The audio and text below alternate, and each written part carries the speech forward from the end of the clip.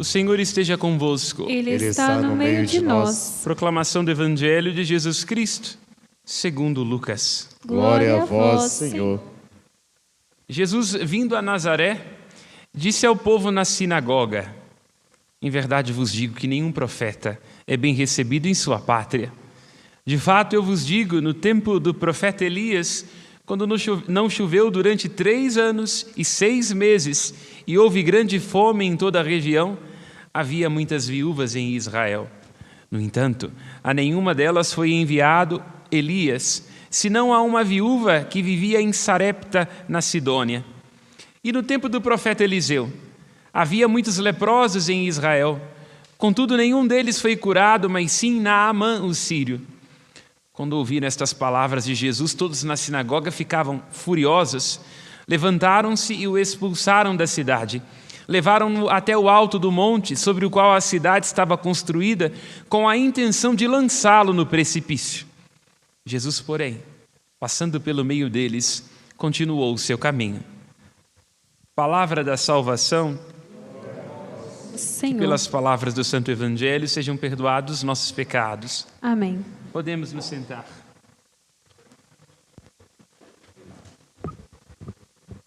Encontramos-nos nós no desafio de tentar traduzir em que medida, sendo cada um de nós feito para o encontro com Deus, já que é para Ele que nós somos feitos, nele nós nos movemos, somos e existimos, nós passamos boa parte do tempo fugindo dele. Seria impossível tentar descrever este romance, quando não tragédia, que é entender em que medida nós, tendo sido feitos para Deus, estamos boa parte do tempo fugindo dele. A liturgia assim se arrisca a descrever como um eco do Evangelho que ontem nós escutávamos, que é preciso compreender a nossa relação com Deus como aquela de uma sede. A sede como um símbolo da falta, compreendendo que cada um de nós é um ser faltoso, limitado, à procura, sempre em busca de, insatisfeito e angustiado. É porque talvez neste lugar do qual nós continuamente fugimos, da nossa sede que não tem nome, cada um traz dentro de si um buraco onde nada parece caber, nós nos recordemos que por detrás de nossas pequenas procuras, nós estamos atrás de Deus. A sede.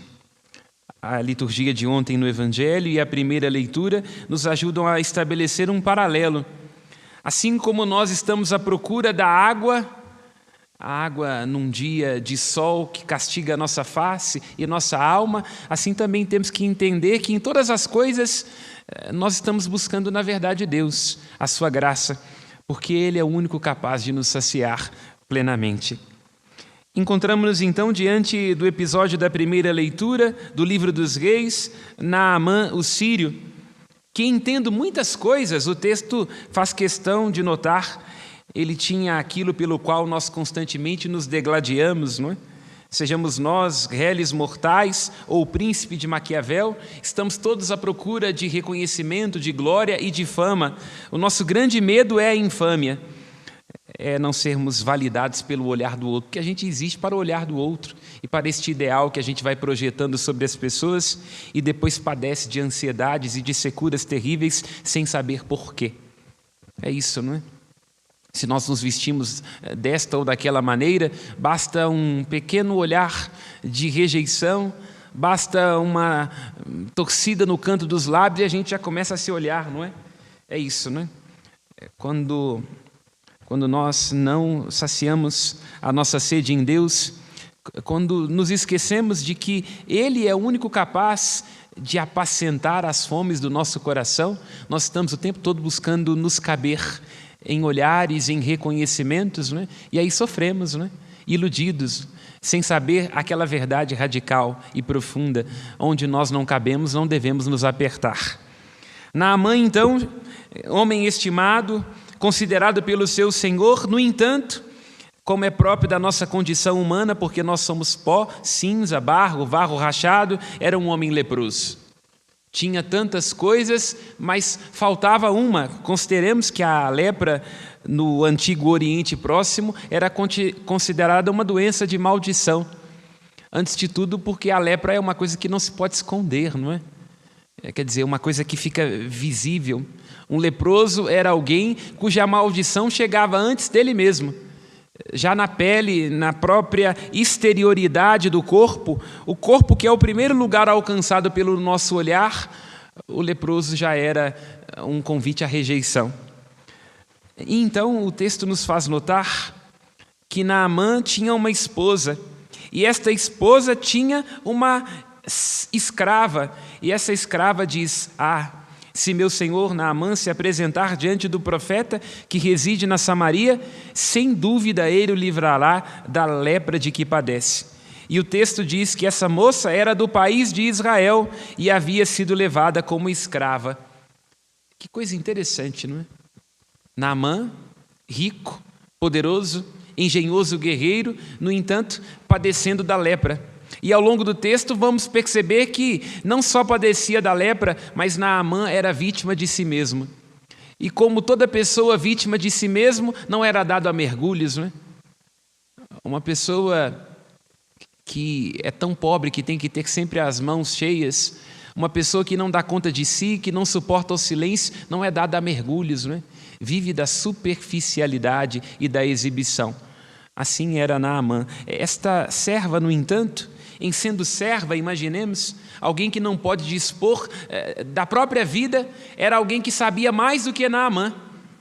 Alguém que tinha encontrado em Deus a graça das graças, e em sendo serva, e estando fora do seu país, e, portanto, em condições legítimas de reclamar e de se considerar a menor de todas as mulheres, era, na verdade, detentora do maior de todos os tesouros e da maior riqueza, que é a fé.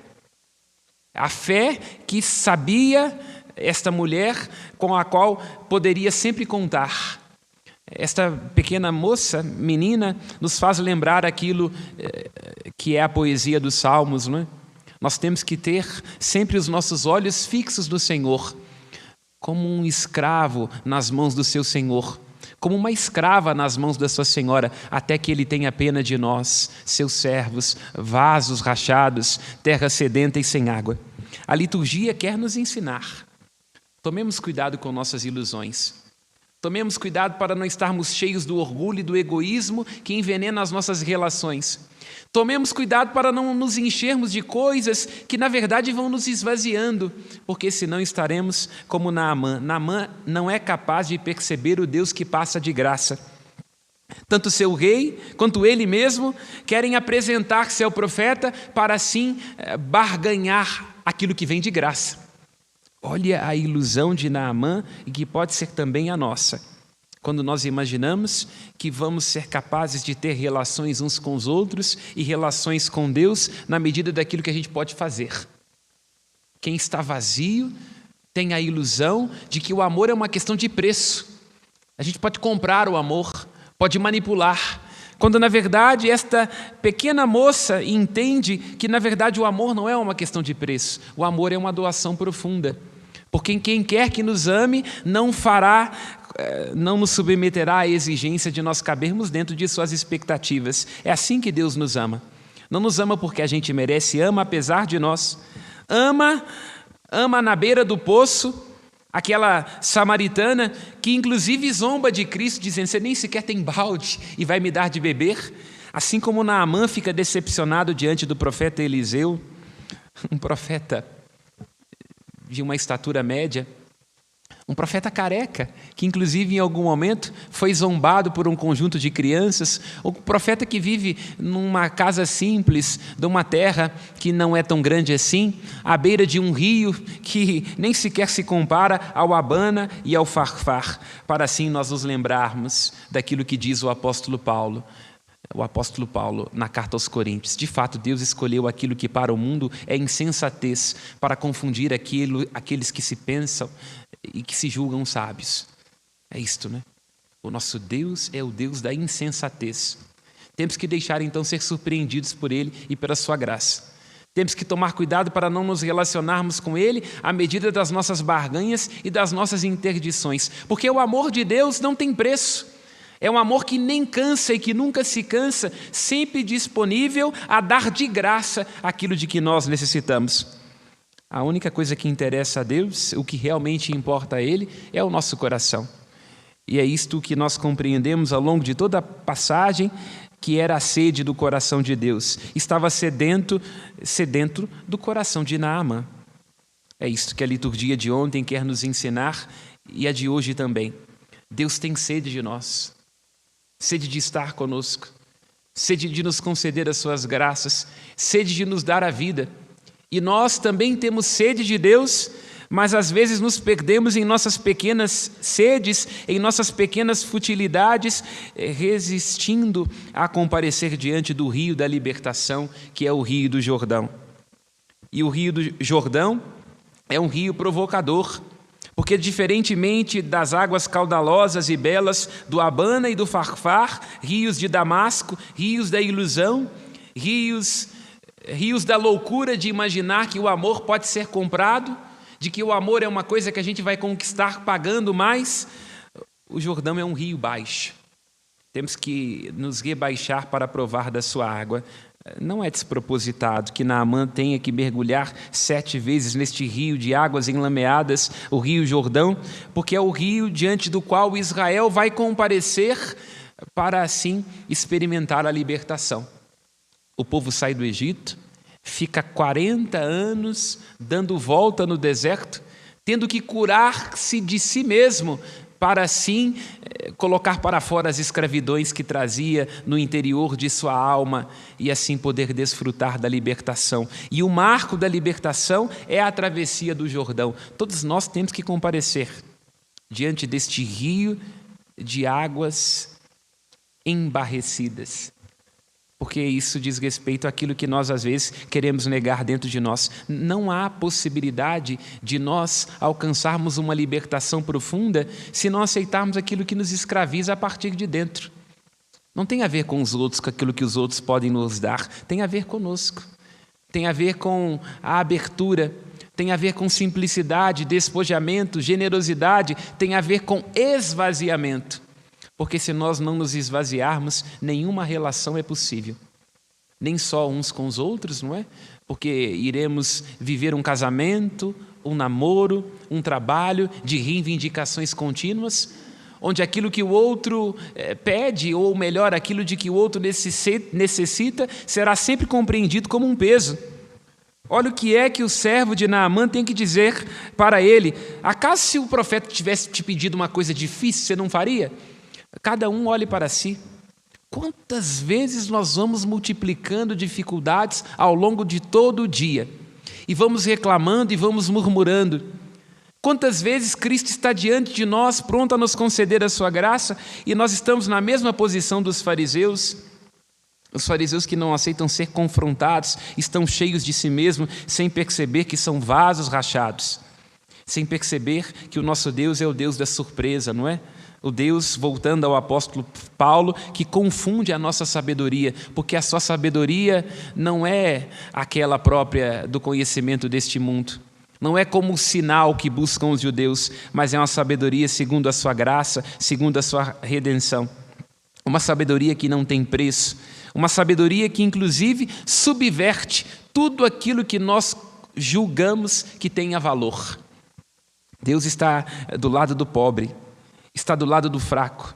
Deus está do lado da viúva, do órfão, porque o seu amor é de graça. Nós às vezes corremos o risco de estar na mesma posição dos fariseus e assim nos revoltarmos contra Deus. E inclusive vejamos a loucura. Quando estamos ciosos de nós, tampamos o nosso ouvido para a graça de Deus, não descemos para beber da fonte do Jordão, Jordão que é o lugar onde nós, junto com Jesus Cristo, recebemos aquilo de que necessitamos. O amor do Pai. É isso, não é? Quando profundamente unido à nossa condição humana, Jesus Cristo se faz batizar no Jordão, rio da travessia, rio enlameado, rio da baixeza. O que é que ele escuta do Pai? Este é o meu filho muito amado, no qual eu pus o meu agrado. Este é o meu filho amado. É isto, o amor nos explica tudo. É o que o apóstolo Paulo também dizia na leitura de ontem, na carta aos Romanos. É bom que nós experimentemos algumas tribulações, como Naamã, porque o sofrimento tende a ser um bom conselheiro. Sem sofrer, nós estamos cheios de nós, estamos nos exibindo, não estamos vivendo, mas aparentando. Não estamos experimentando o amor verdadeiro, mas estamos vivendo de egoísmos escoltados. Não, diz o apóstolo Paulo, é bom que nós tenhamos tribulações, porque a tribulação produz a perseverança. A perseverança leva a uma virtude provada, e a virtude provada leva à esperança. Olha o itinerário de Naamã, foi atribulado, teve que perceber que a única coisa que o impedia de ser curado eram as pirraças que ele trazia dentro de si. E como nós somos pirracentos, e como nós somos reclamões, e como nós somos vítimas de nós mesmos e julgamos a culpa nos outros. Porque vai lembrar o apóstolo Paulo, é bom que tenhamos tribulações, é bom que nós sejamos provados, porque isto produzirá em nós perseverança, e a perseverança leva à esperança, e a esperança não decepciona, porque o amor de Deus foi derramado em nossos corações. O Jordão foi para Israel. O Jordão foi para Jesus Cristo, no qual todos nós nos encontramos. O Jordão foi para Naamã, o lugar da experiência profunda do amor que explica tudo. O amor que é, para usar uma linguagem do Antigo Testamento, um bálsamo de Gileade, isto é, um remédio que tudo pode curar. As feridas que trazemos em nós e que nos fazem ir mendigando amores, vivendo de afetos que não são verdadeiros, que nos levam a ser infiéis a nós mesmos e aquilo de que necessitamos, para buscar fora aquilo que só podemos encontrar mergulhando no Jordão que habita dentro de cada um de nós. Tudo isso só pode ser alcançado e curado se experimentamos o amor. Porque se tivermos o amor de Cristo, não iremos mendigar outros amores. O Salmo, então, nos faz perceber, assim como a corça suspira e tem que aproximar-se da água corrente de um rio, assim também a nossa alma está suspirando por Deus. Por isso lhes digo, e digo a mim mesmo antes de tudo, tomemos cuidado com nossas sedes e com nossos desejos, porque todo desejo se funda no vazio. E temos que tomar cuidado com estes vazios que nos roubam de nós e nos levem a viver relações sem sentido. Quando sentirmos vazios, ansiedades dentro de nós, sedes profundas, quando nos sentirmos como barro rachado, é preciso ir a Ele, que é o único capaz de ser a fonte de água viva, porque quem vem a Ele não terá fome, quem crê nele jamais terá sede. É o que nós suplicamos então nesta liturgia. Senhor, dá-nos sempre desta água, estamos nós necessitados, com tanta sede, com tanta ansiedade, com tanta procura no lugar errado. Dá-nos, Senhor, a vossa luz. O Senhor é luz que ilumina todo homem que veio a este mundo. Não sejamos como os fariseus do evangelho que acabamos de escutar e também como João descreve no seu evangelho, aqueles de quem se aproxima a luz que ilumina todo homem que vem a este mundo, mas que escolhem as trevas. Deixemos que a luz que é Cristo nos arranque das trevas e sombras da morte em que nos encontramos. Deixemos-nos libertar, Ele nos arranque das sombras da morte e deixemos que a verdade de Deus, que não é outra coisa que o seu amor, que esta verdade explique as dúvidas que trazemos em nossos corações, que esta verdade expulse as mentiras que nós contamos para nós e uns para com os outros, como quando vamos nos ferindo com nossas pirraças e com nossas vaidades, e que esta verdade nos alcance a cura de que necessitamos. Que esta verdade seja a palavra de Cristo a trazer saciedade e vida a nossas almas. Porque como corças que suspiram, que se anseiam, que se viram do avesso, nós também estamos. Vamos nos aproximar das águas correntes, da alegria de ver a face de Deus. Louvado seja o nosso Senhor Jesus Cristo. Para sempre seja louvado. Nossas preces.